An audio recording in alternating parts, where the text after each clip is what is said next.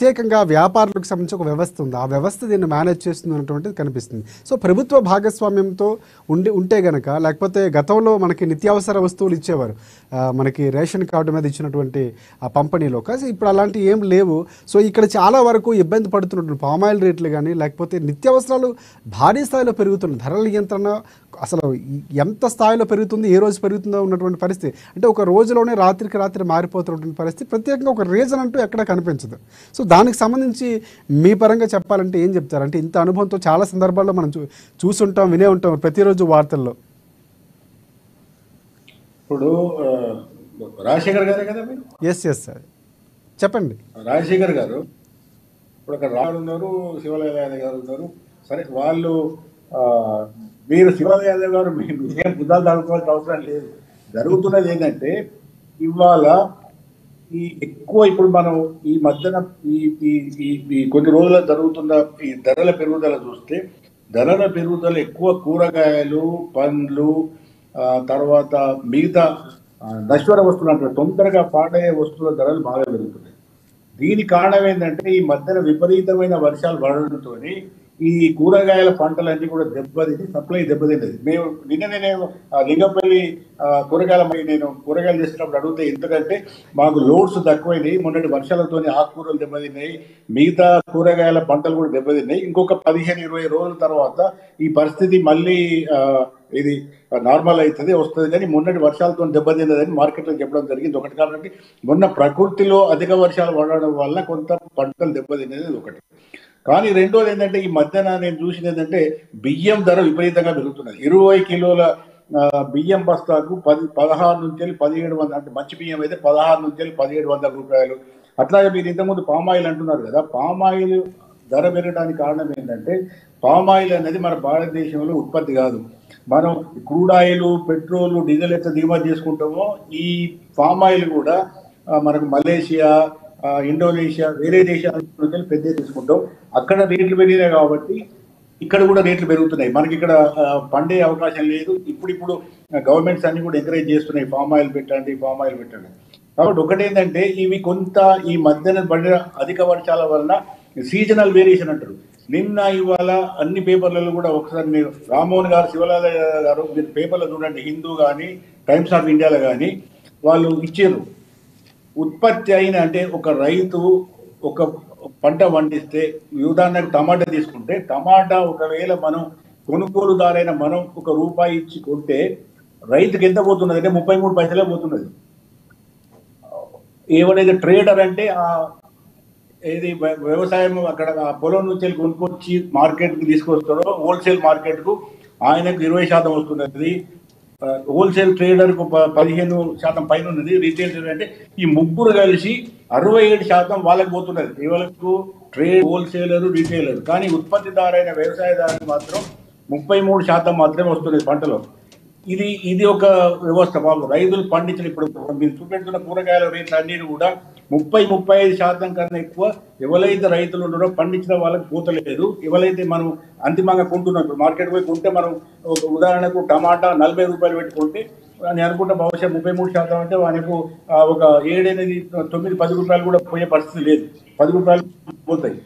ఏంటంటే ₹10-12 దాకా పోతుంది. అంటే ఈ మధ్యన ఈ దళారీ వ్యవస్థ ఉన్నది. దళారీ వ్యవస్థను కొంత నియంత్రించడం. ఇంకోటి ఏంటంటే శివలాల్ యాదవ్ గారు, రామ్మోహన్ గారు మీరు అర్థం చేసుకోవాల్సింది ఏంటంటే ఇక రేషనింగ్ తర్వాత ఏది మన రేషన్ షాప్లకు పోయి రేషనింగ్ అంటుంది. ఎందుకంటే ఉత్పత్తి ఎక్కువైంది, సప్లై ఎక్కువైంది, మార్కెట్లో వస్తువులు దొరుకుతున్నాయి. ఇంత ముందు లెక్క బ్లాక్ మార్కెటింగ్ చేయడము ఆపడం అనేది సాధ్యం కాదు. ఎందుకంటే సప్లై పెరిగింది కాబట్టి ఇంటర్నేషనల్ ట్రేడ్, ఎక్స్పోర్ట్స్, ఇంపోర్ట్స్ కూడా ఎక్కువైనాయి. కాబట్టి ఇంత ముందు లెక్క ఒకప్పుడు 30-40 ఏళ్ళ కింద లెక్క బ్లాక్ మార్కెటింగ్, దాయడం, హోర్డింగ్ చేయడం, హోర్డింగ్ చేస్తున్నాడు. ఎందుకంటే సప్లైస్ పెరుగుతున్నాయి.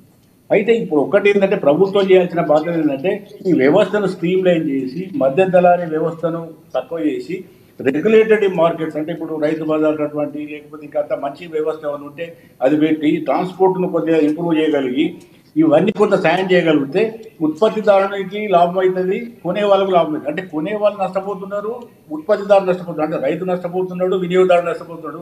మధ్య ముగ్గురు దళారులు, మేము చెప్తాం, మీరు trader, wholesale trader, retail trader, వీళ్ళు ముగ్గురు కలిసి 60% వస్తే రైతు 30% వస్తున్నది. మనం అంటే కొనుగోలుదారులు నష్టపోతున్నారు, ఇటు ఉత్పత్తిదారులు నష్టపోతున్నారు.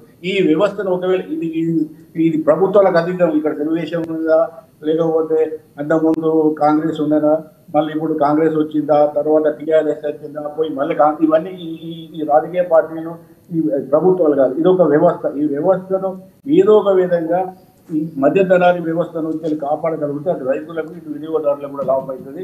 ఇప్పుడు కనీసం రైతుకు ఒక 50% పండిన పంటలు ఆయనకు పోయి మిగతా ధరలు తగ్గిపోతే వినియోగదారులు కూడా లాభం అవుతుంది. అట్లా కాకుండా మధ్య ధరల వ్యవస్థతో ధరలు ఎక్కువ పెరుగుతున్నాయి. మీరు ఎప్పుడన్నా మార్కెట్ పోయి మీరు ఇద్దరు కూడా ఓపుకుంటే మీరు దాన్ని రిచెక్ చేయండి అని చెప్పి డబ్బా కాదా మీరు అడగండి.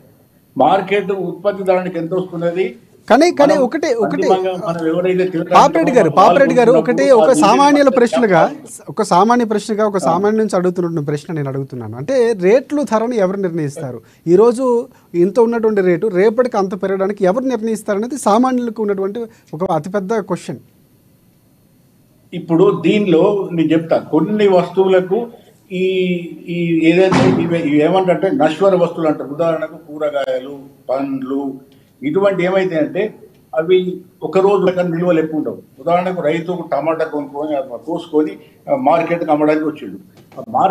మార్కెట్కి వచ్చినప్పుడు జరిగేది ఏంటంటే ఆయన ఒక రోజు 2 రోజులు అమ్ముకోవాలి. అమ్ముకోకపోతే పాడైతుంది. అది ఏమైతుందంటే సప్లై ఎక్కువైనప్పుడు ధరలు పడిపోతాయి. మీరే టమాటా కాదు, ఉదాహరణ ఒక కూరగాయ రేటే చెప్తున్నా. ఒక్కొక్కసారి టమాటా 100 రూపాయలు అయింది. ఇది మొన్న సమ్మర్లో 100 రూపాయల కంటే ఎక్కువైంది 1 కిలో టమాటా. అదే ఇప్పుడు సప్లై ఎక్కువైనప్పుడు 20 రూపాయలకు వచ్చి కూడా ఎవరు కొనలేదు.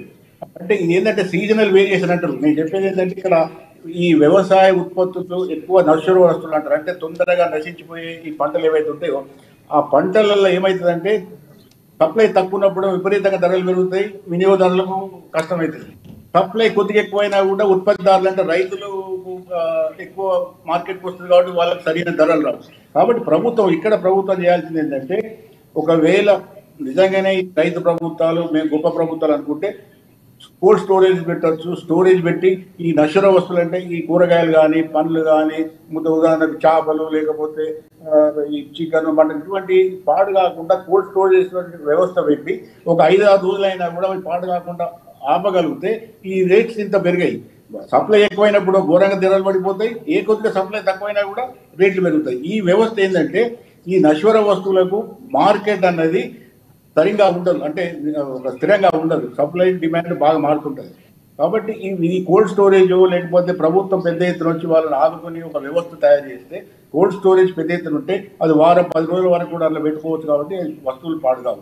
కాబట్టి ఈ మధ్యన ఇన్ఫ్లేషన్ పెరగడంలో అందరూ చెప్పేది ఏంటంటే వ్యవసాయం అంటే ఆహారం సంబంధించిన వస్తువుల ధరలే బాగా పెరుగుతున్నాయి. కాబట్టి రిజర్వ్ బ్యాంక్ ఆఫ్ ఇండియా కూడా వడ్డీ ధరలు తగ్గియాలని అనుకున్నప్పుడు మళ్ళీ మేము తగ్గియాం. ఎందుకంటే వ్యవసాయ ధరల వస్తువులు, ఆహార ధరల వస్తువుల రేట్ ఎక్కువ ఉన్నది, ఇన్ఫ్లేషన్ రేట్ ఎక్కువ ఉన్నది, ధరలు పెరుగుతున్నాయి. కాబట్టి మేము వడ్డీ రేట్లు అవకాశం లేదని కూడా వాళ్ళు మొన్న రిజర్వ్ బ్యాంక్ రివ్యూలో కూడా చెప్పడం జరిగింది. కాబట్టి ఈ మధ్యన పెరుగుతున్న ధరలు కేవలం వ్యవసాయ రిలేటెడ్ బియ్యము, పప్పులు, నూనెలు, కూరగాయలు, ఈ పండ్లు ఇవన్నీ కూడా బాగా పెరుగుతున్నాయి. కాబట్టి ఇది అంతా కూడా కొంత పీరియడ్ కు ఉంటుంది. ఒక నెల రోజుల తర్వాత మళ్ళీ కొత్త పంట వచ్చినప్పుడు సప్లై పెరిగినప్పుడు మళ్ళీ ధరలు తగ్గుతాయి. మళ్ళీ